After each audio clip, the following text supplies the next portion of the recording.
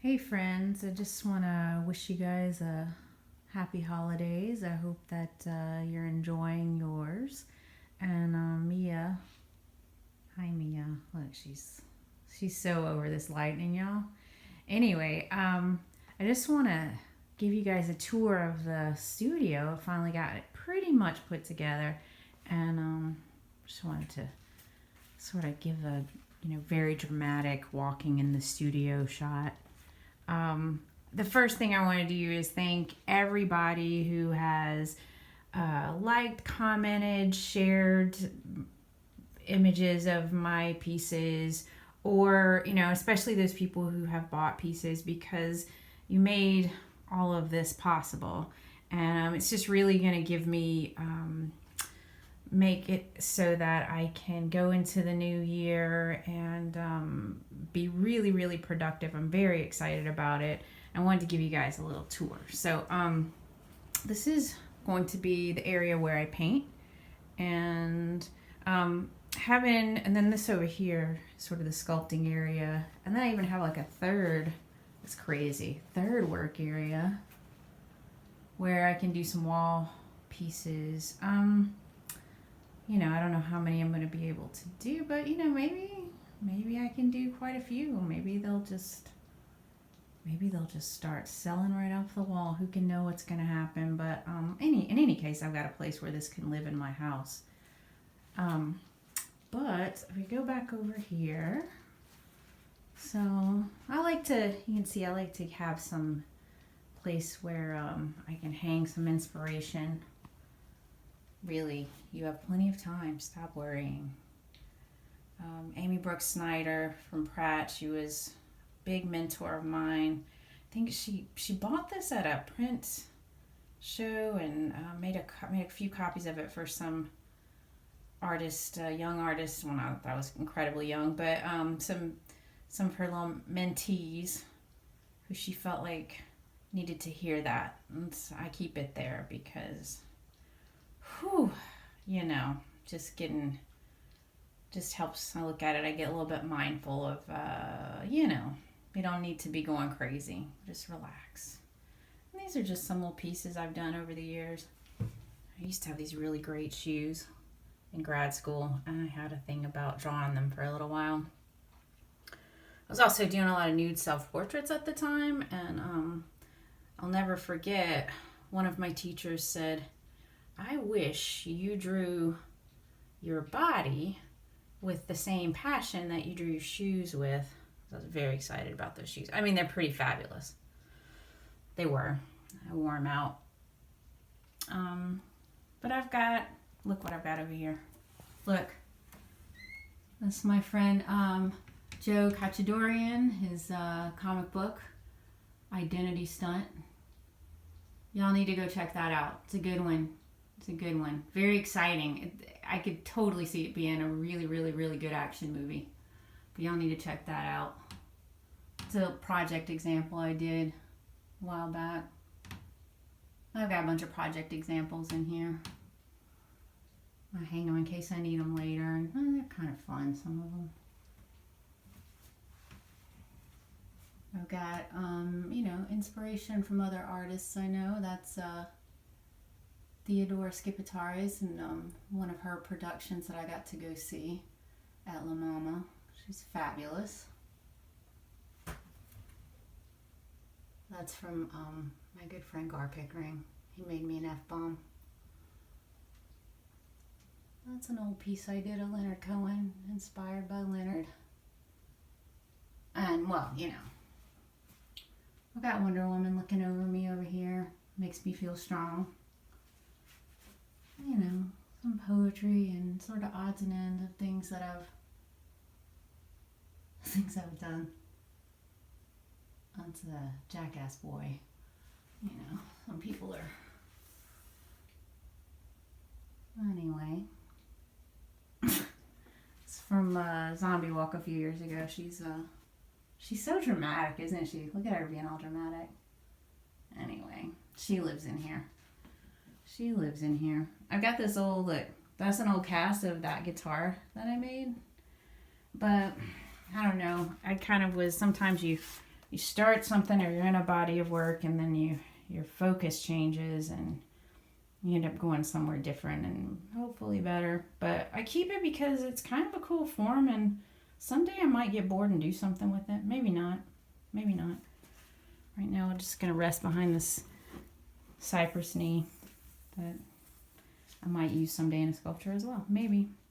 All right, this is exciting. So this is one of the things that I got to install during my break.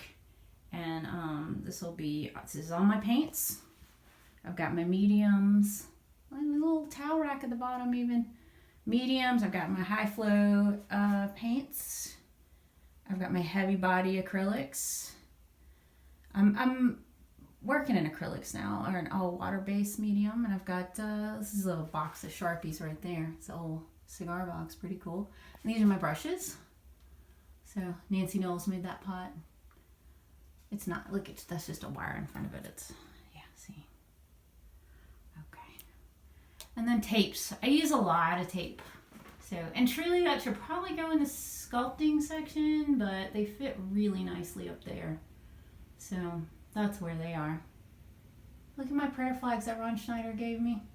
Isn't that fun? I think they bring good energy into the studio.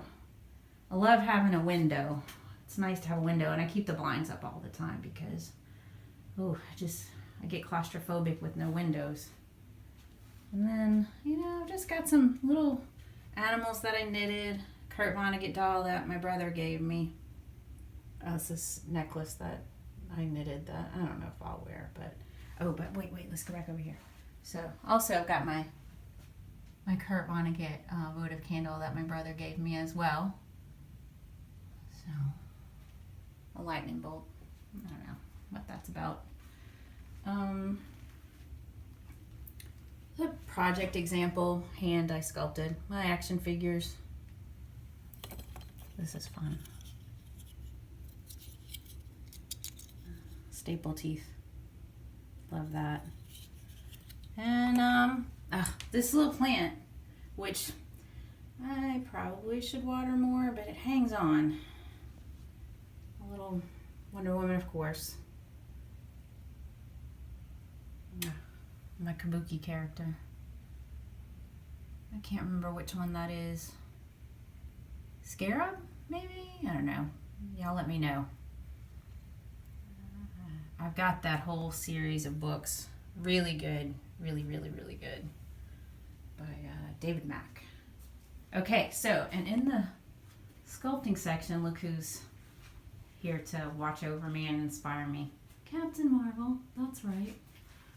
Eric gave me that in my stocking for Christmas this year. Good job, baby. Okay, and I've got this taxidermy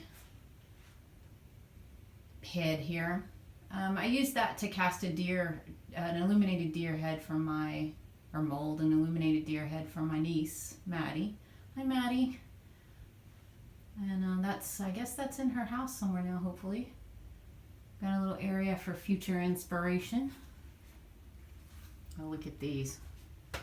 So these are project examples. I did some sand casting for a class at the museum where I work. And they're kind of fun. They look like, what's that movie? That Lovecraft, it was made after a Lovecraft story, Dagon? Anyway, that's what it looks like to me. It looks like some sort of tribal fish people art. Scary. They're gonna take over the world or something. But anyway, it's kind of fun. Yeah, I keep those in case I teach that class again, and they're just kind of fun. And speaking of fish people, and look, I've got some more inspirations up on the wall here. It's a piece by my niece. She did that at Riverfest one year. And I can't remember if it's Jenny or Josie. Maybe they remember. But one of them made it for me and gave it to me. Alright, so if you're thinking about the rack and just looking at it, so I got this table. Isn't it beautiful? Look how beautiful. I can't wait to destroy it. Actually, no, what I really like about this surface is that for using clay, I think it's going to make a much nicer cleanup. Now, I don't like to use clay on a surface like this if you're having to wedge your clay to get air bubbles out, or you're having to make slabs or something, because it sticks. You know, it's very sticky. So you'd have to use a board with some canvas on it or something. But for my purposes, I don't worry about air bubbles because I'm not going to fire my clay. And so it's a really nice surface because I can clean up all the clay dust before I start casting, and I can really make sure I get all that clay dust up before I start molding the rice paper over my forms. And that's been a problem in the past, is keeping the clay dust separate from the paint and everything else. So I'm really hoping that this is going to help me deal with my clay dust situation. So, and this table is the perfect height for me. I can, I can get some leverage on top of my work, and I can also sit. I've got a stool that's perfect, the perfect height for me anyway. And then down underneath, and some of you guys might be saying, look, I got my clay over here. Some of you guys might be saying, you need to put some of that in some drawers, or, because it looks crazy all out like that. But here's the thing, it's organized. I know where everything is, and I can see it. So it's like, if you guys read, Adam Savage has a book called Every Tool's a Hammer, and he talks about being the kind of person, or the kind of maker, who likes to be able to see all the things that he uses regularly. And that really spoke to me. If things are in a drawer, in a closet, I have to go digging. And if I have to go digging, that's going to mess up my flow. So I like to have everything out where I can see it. So down here, look, I got a big block of translucent polymer clay that I'm about to use. I got my clay tools. It's a lovely clay tool set. Never underestimate the importance of some clothespins. I use those sometimes. I've got a piece that I'm working on, and it's still wet, and maybe the clay, like it's a big tentacle that's sticking up or something, and we want it to stay. So I'll put it on one of these and rig it with some yarn or something, and so it'll stand until it's dry. That's what those bottles are for. I've got, I use willow reed sometimes in my pieces, inside to hold lights and stuff. I don't know, driftwood, just in case. You never know when you're going to need some driftwood. Yeah, that's a piece that, I don't know, I feel like it's kind of my studio mascot now. It never got ahead, but it happens sometimes in life. Sometimes it's hard to get ahead. I got my E6000, very important. And you're like, why do you have various tubes of E6000? You know what? Honestly, these tubes are probably dry. Well, they're not. They're still squishy inside, but I don't know. I should probably cut into it, use it, and then, it gets hard, and I don't know. But I have a hard time throwing those things away until they're done. I got this for rolling out Sculpey and clay sometimes. My glue, Elmer's glue all, very important for my work. Use this, my bowl of glue. I've got a little bit of rice paper in there. I've got another roll of rice paper over there, don't worry. I've got some, so all of this is, now I prefer press and seal, y'all. That cling wrap is, that's old, and I'm out of press and seal. Sometimes I use press and seal, and I use foil in my work, and if I run out in the kitchen, I'll take my studio foil and press and seal and put it over in the kitchen. It goes back and forth. Okay, so, wait, these scissors. Guys, I gotta tell you about these scissors. These are the sharpest. I've had these scissors for, oh gosh, so many years. My brother, back when the Pearl River Market was open in New York still, my brother bought me these scissors. They are the sharpest. They cut anything. And I use them all the time, as you can see. So I love those. So those live right there now. And you know, always, I've got various sizes of these needle nose pliers. I use them quite a bit. So those need to be where I can get them. You know, and so that's that. That's that, but it's all where I can see it. So now I'm going to just be able to just grab it when I need it. And then I got more storage. These are forms that I've molded before. And I keep them here in case inspiration hits. Look, it's a tomato. It was an old tomato container. Isn't that a great shape? Look at that. It doesn't need to be that pretty, but it just is. So I'm going to keep that. Just random tools and things. Office supplies, books. Look at this. You know what this is? This is like, gosh, 20 years or more of sketchbooks. And do I need to keep them? Well, yeah, I do. Sometimes I do refer back to them. Not often, but, you know, it's like keeping photos or whatever. It's nice to have. And I have them all dated, too, which is pretty cool. Pencil sharpeners. These were stocking stuffers one year. Isn't that great? Oh, look who that is. Jackson Foster. Cute. This book right here, I use this book quite a bit. It's a great book. And then these knitting books. I like to knit to relax. And my friend Kat Pickering gave me a lot of those. That's a cool book too. Secret Lives of Color. Very, very cool. It's history of different colors. Some guys I knitted.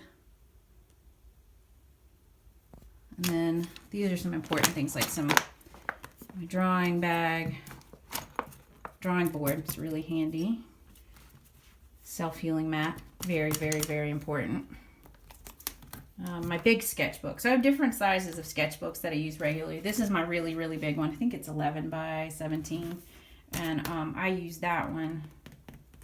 I don't know, when I'm feeling like I need to plan out a big thing. Sometimes I just need some space to think, you know. I have a much smaller sketchbook. And then I have in little notepads, like these little notepads for keeping notes and making lists. I like to make lists, project lists, and for planning. And then, you know, what is that, Myers-Briggs? I'm one of those judgment people. I like to mark things off a list. It just makes me feel very relaxed and calm to mark things off a list. So that's what that is. I got some storage space for some pieces. And I'm happy to say there's not as many pieces here as there was at the beginning of 2019. So that's pretty exciting. They've gone to new homes. That's my friend Gar Pickering gave me that. Love it. Everybody gets to be who they are. That's how I feel. I'm not going to say any more about that. But anyway. Okay. This is a closet. It's kind of boring. This is the stuff that I don't need all the time. Studio rags. That's where, you know, all our rags go to die. They become studio rags until they're just nothing left of them. I got some various toolboxes. This one right here. That one. That one's got, you know, all my different needle nose pliers, little small things of wire, and cutters and all kinds of stuff. It's pretty fun. I don't know. I think that's old Legos down there. Jackson, let me know if you ever want your Legos. All right, and that's further another little wall of inspiration. How fun is that, right? So look what Nancy Knowles did. She's freaking awesome.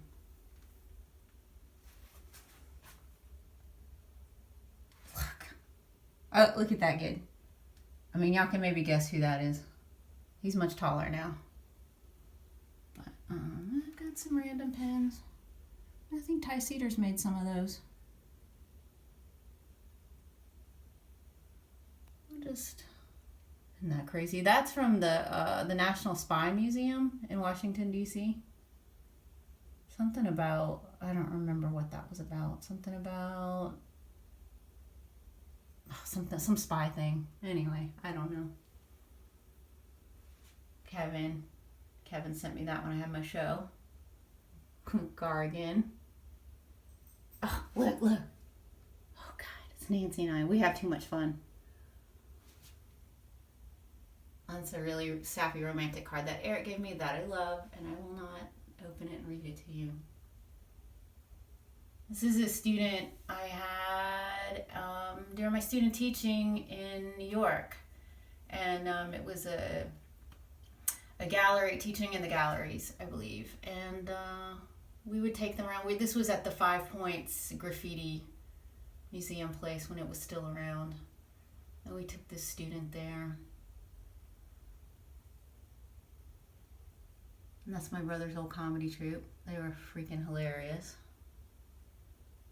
Gifts from students in South Africa. It's a sketch for somebody that I did a commission piece. Just random things. Look. My friend Shannon Thomason, aka Moo, gave me that one year. I think it's the Mystic Turtle. Is that right, Moo?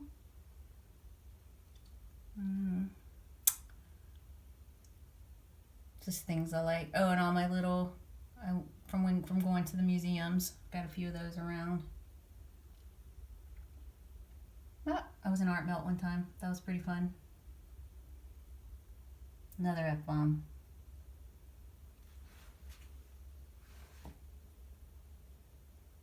Yeah. So I've got another sort of paint setup right here. So for when I'm painting on the wall. You know, this piece is a work in progress. We'll see where it goes. But yeah, that's pretty much the studio, guys. I'm trying to think if there's anything else really important. But yeah, if y'all have questions. But anyway, probably you're like, you went on a bit about your studio. But again, I want to thank everyone who sort of helped me pull this together. If you remember, previously there was a bed right there. And don't worry, Jackson. We've always got a place for you to sleep. Don't you worry about it. Don't you worry about it. This used to be Jackson's room. So, but you know, he's in Connecticut making things happen. You know, doing some adulting. And, you know, just making his life happen. So that's, you know, so the studio, this is the studio. All right, y'all. We say goodbye, and we're looking forward to doing a lot of cool things in 2020, y'all. 2020. Love you guys. Bye.